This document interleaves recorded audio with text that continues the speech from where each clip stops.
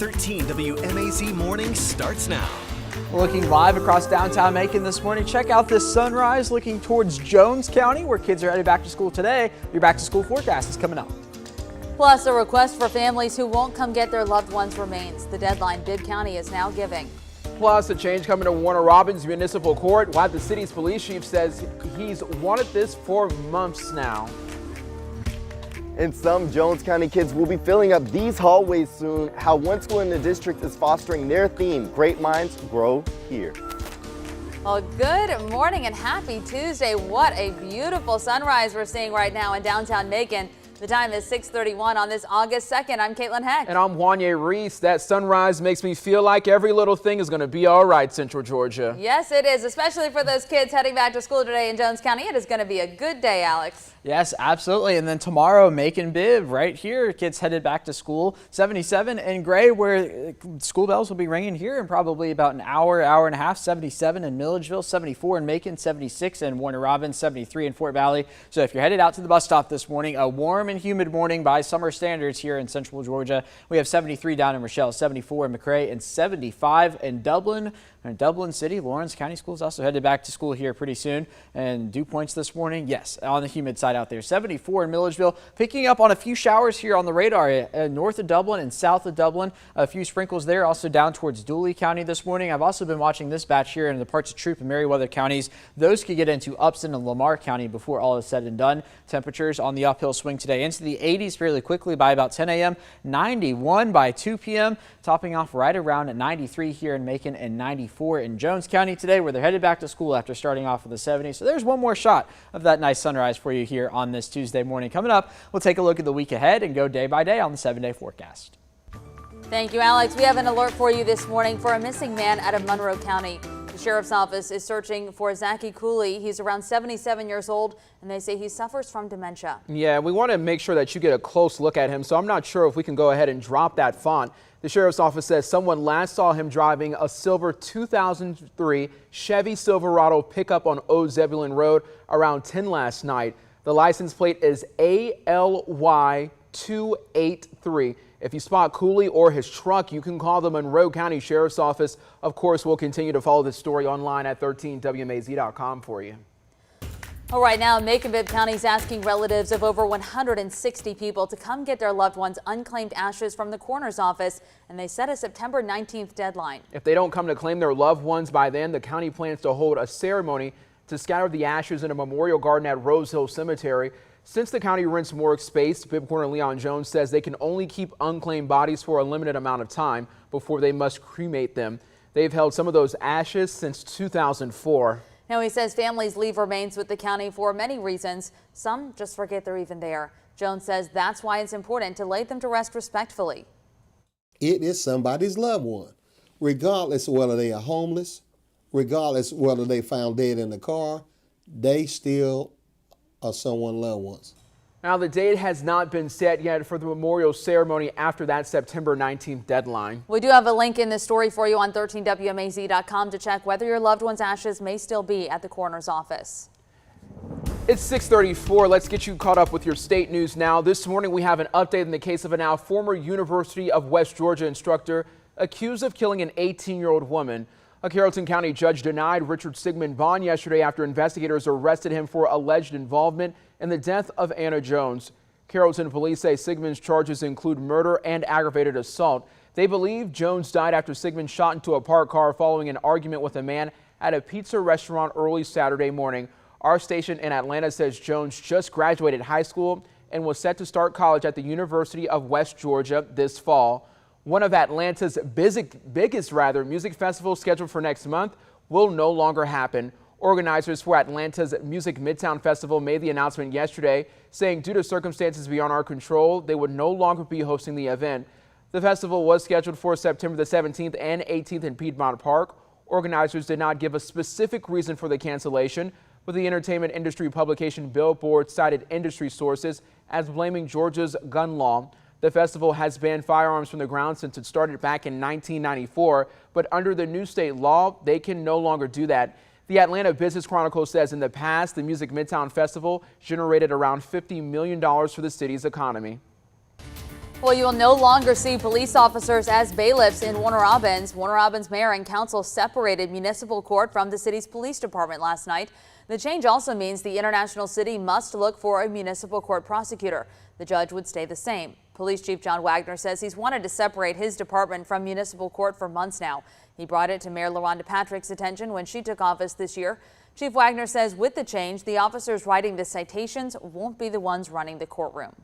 It's now separating those two. And then when we get into court, we're our own separate entity.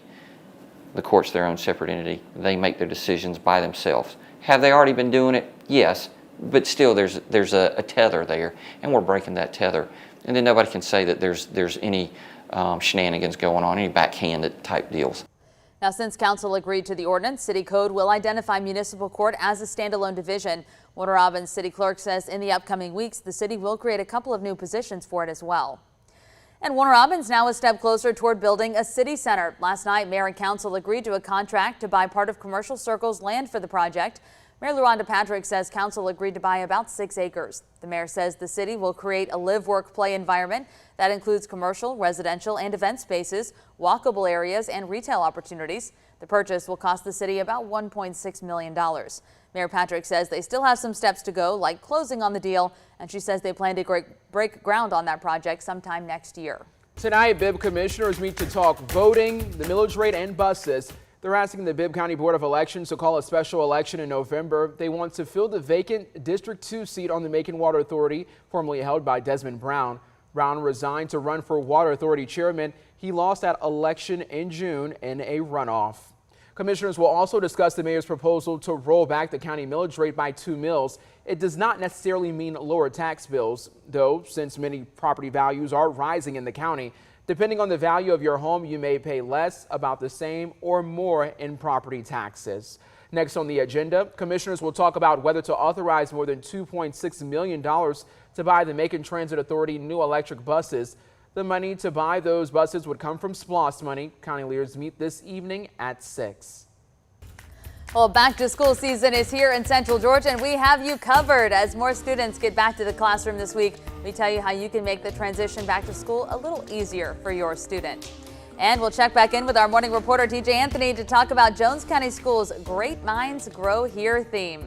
For now, though, the time is 6:38, and for all those kids in Jones County, we wish you a great first day of school. Yeah, shout out to all the administrators, the teachers, the staff, and then also, most importantly, the students, bus drivers. Yes. We hope that y'all have a great first day back. Absolutely. And shout out to the parents who have to get their kids up and ready to get to school this morning. Oh my gosh, that's a task. Yes, absolutely. Of course, rounding out summer, probably a lot of trips to the beaches from Central Georgia students here. Here's a live look down in St. Augustine Beach this morning. You can see the very edge of St. Johns County Pier there. Well, there's something to get your spirits lifted up on a Tuesday morning. Temperatures across our area, they are in the 70s right now. 76 in Warner Robins, 75 in Cochrane, as well as in Dublin. 77 starting the morning in Jones County, where it's the first day of school. 76 in Warner Robins. Of course, Houston County went back yesterday, as did Monroe County. 73 waking up in Forsyth. Now, we are picking up on some rain on the radar. Check this out. This is on the Wilkinson-Lawrence County line, also Johnson County line. Some steadier stuff there as you slide down towards the south of Dublin. Some more sprinkles as you get down towards Dexter, Cadwell,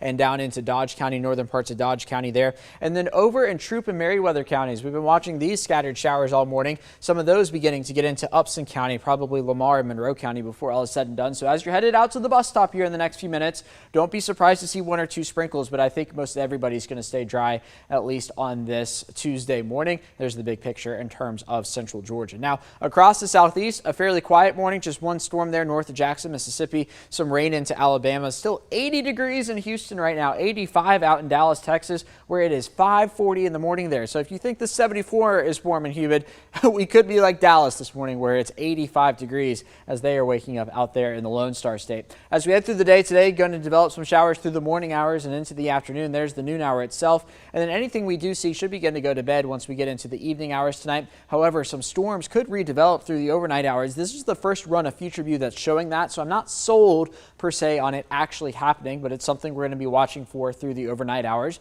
And then into the day on Wednesday, going to do much of the same. Better chance of rain down to the south. Some locally heavy downpours will be possible. Frequent lightning. Of course, if you are close enough to hear thunder, longer. You are close enough to be struck by lightning. So if you're not back in school yet, say you're headed out to the pool or something like that, something to keep in mind here over the next few days. And then once we get into Thursday, going to do much of the same again. So maybe pack the umbrella in the backpack because you might need it on the way home from school. Maybe make contingency plans for recess in case you get one of those downpours over your community. 93 today, 94 tomorrow. Generally speaking, in the mid-90s for the next 5 days or so. Once we get to Sunday, we'll begin to scale that back a little bit. More specifically today, high temperature of 96 in Milledgeville, 93 here in Macon, 88 in Butler, 90 in Thomaston. Our average high is 94. Today is actually the last day with our average high at 94. From here until through the remainder of the year, our average high is going to begin to go down each day, and then 92 in Unadilla and 92 in Eastman. Now, of course, feeling a few degrees warmer than that. 96 is what it's going to feel like right around 6 p.m. here in Macon, 97 in Forsyth and in Warner Robins.